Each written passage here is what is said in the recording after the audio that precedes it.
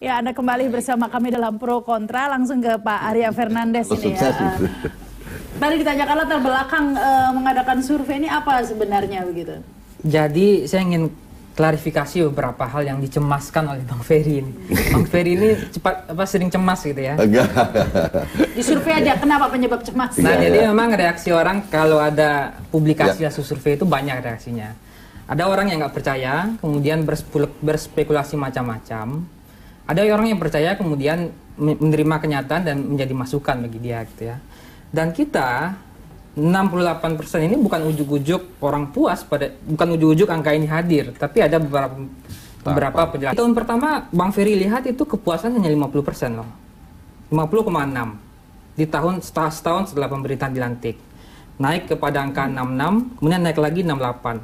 Pemerintahan itu bekerja di sini, dikerjakan dan orang optimis gitu ya.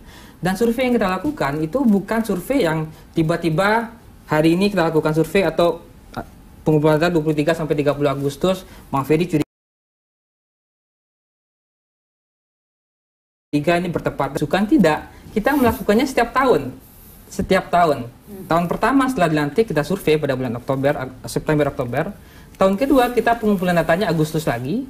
Tahun ketiga kita survei bulan Agustus Sampelnya lagi. Berapa, Pak? Sampelnya 1.000. Ya, pertanyaannya 1.000 kan tadi yang terdistribusi merata di 34 provinsi. Saya potong, boleh makanya ya? sorry Bang, ini kan yang sering orang terjadi ini general puas gitu ya.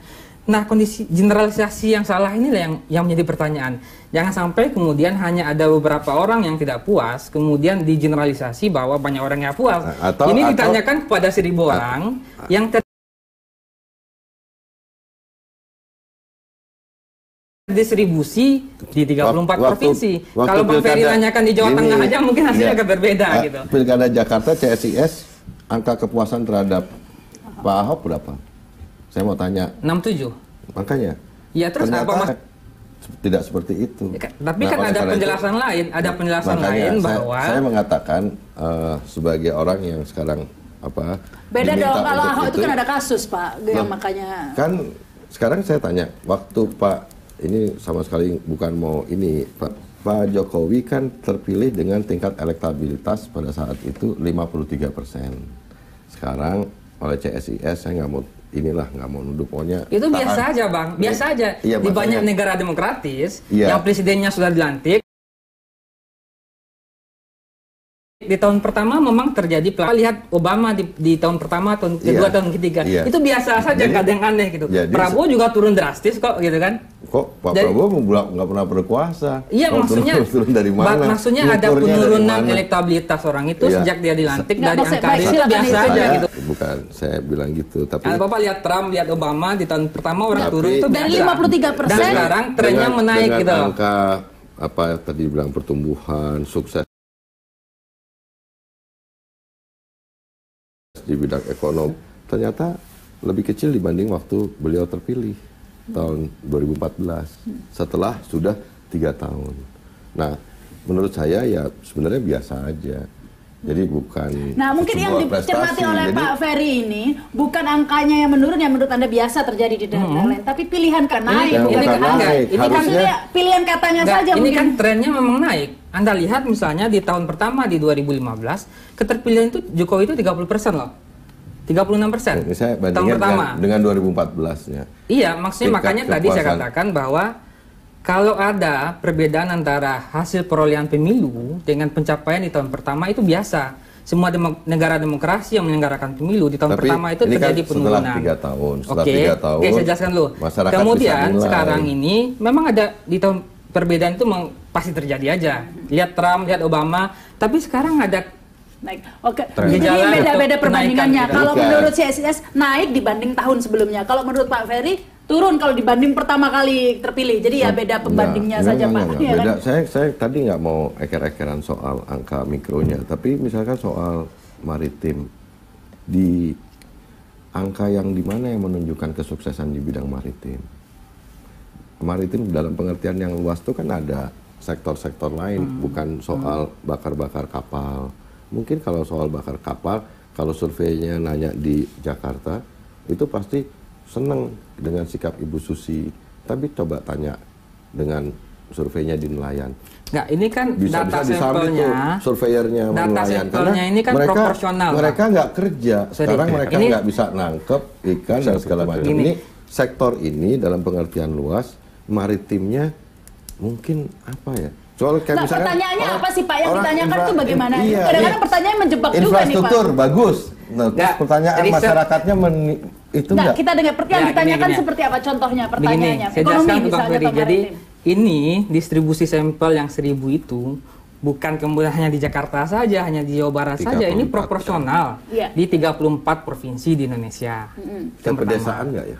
Ya namanya proporsional, semuanya pedesaan, perkotaan gitu iya, ya. metodologis. Yang kita pilih secara acak, bukan kemudian kita datang ke pasar wawancara orang, bukan. Kita acaknya berlapis. Kita acak Multi-stage, kecamatan, iya. kita acak desa dan kelurahannya, kita sampai desa, kita data lagi RW RT-nya, kita acak lagi sampai ketemu RT, kita datang ke RT, kita minta list semua daftar keluarga, kita acak lagi sampai ke rumah tangga, kita acak lagi. Ini berlapis, bukan ujuk-ujuk kita datang ke pasar. Jadi nggak mungkin kemana hasilnya kita acak-acakan. wawancara. Enggak, pasti nggak Nah, acak. jadi Ada pertanyaan terbuka, ada pertanyaan tertutup. Pertanyaannya itu kadang-kadang menggiring juga Pak. Tidak Pertanyaannya ada. seperti apa? Kalau menggiring yang ditanyakan itu, apa sih yang ditanyakan? jadi aja? kalau survei yang menggiring itu memang tidak dibenarkan secara metodologi. Jadi pertanyaan itu harus objektif. Nah, ya. Soal ekonomi misalnya pertanyaannya apa Pak? Ya soal ekonomi, seberapa puaskah Bapak Ibu Saudara dengan kondisi perekonomian Indonesia saat ini? Apakah Anda merasa sangat puas, cukup puas, kurang puas, atau tidak puas sama sekali? Ini kan feeling secara umum gitu. Nah makanya ketika kita juga menanyakan misalnya apa yang menurut Anda menjadi masalah atau dikhawatirkan menjadi masalah di negara kita. Orang bicara kok bahwa tingginya harga sembako, lapangan pekerjaan yang terbatas, angka kemiskinan. Tetapi masyarakat kita ini kan unik. Orang boleh saja dia nggak puas, dia mengatakan ada masalah di sektor ekonomi gitu ya. Tapi ketika ditanyakan Anda puas nggak sama Jokowi, orang puas itu biasa saja. Ditanyakan tidak ada akan memilih lagi tidak dengan di 2019 ditanyakan kayak ya itu elektabilitas tentu ditanyakan. Itu pertanyaan yang udah standar gitu. Kalau pemilu presiden dilaksanakan hari ini, di antara nama-nama di bawah ini siapa yang akan Anda pilih? Itulah elektabilitas. Itu Kemarin pertanyaan standar. habis pilkada ada lembaga survei yang menyatakan bahwa kalau ada pemilu dilaksanakan hari ini, misalnya siapa presidennya, menurut hasil survei itu Pak Prabowo. Partai Gerindranya di lembaga survei nanti saya kasih datanya juga, perbedaan antara PDIP dengan Partai Gerindra 16,8, Partai Gerindra 16,1. Itu Tapi kata Pak ini jauh banget Eko gitu tadi loh. itu justru Gini, partai saya politiknya kira turun gini. loh Pak. Ya, makanya terserah lah. Menggunakan tapi- lembaga perbandingan hasil survei itu tentu harus dilihat juga. Ya. Siapa yang Sampling, menyelenggarakan, metodologi. siapa penyelenggaranya, metodologinya gimana, Ya. kredibilitasnya gimana, saya nggak orangnya duduk sudah teruji atau CSIS tidak gitu ya. pro Jadi harus pemerintah, ya tinggal dilihat tapi- aja track recordnya. Ada juga dulu lembaga pasang iklan besar-besar menangkan satu partai kalah juga gitu. Ya. Ada. Ada juga lembaga survei sebenarnya setelah beberapa hari sebelum hari H pencoblosan waktu Pilkada Jakarta sudah tahu sebenarnya Pak Ahok kalah, tapi nggak dirilis surveinya, di keep. Oh iya sempat hilang kan hasil Saya survei itu nggak kan. mau nyebutkan lembaga surveinya, tapi pasti CSIS tahu. Nah, etikanya menurut saya harusnya penyampaian seperti ini dimungkinkan untuk dibuat diskusinya. CSIS berhak merilis, tapi kita juga berhak untuk menilai hasil rilis itu. Jadi nggak usah terlalu kemudian menanggapi negatif, misalkan Curiga aja pernyataan gitu ya, saya Pak ya? seperti ini, sama seperti Ya menanggapi curiga soalnya. enggak, justru kan Dan saya curiganya sampaikan terlalu panjang gitu loh, karena kalau ditanggapi biasa Baik, aja, kita kita harus juga bersamaan- menanggapinya biasa aja. bersamaan dengan Baik. itu. Baik, pemirsa kami akan kembali setelah pesan-pesan berikut ini.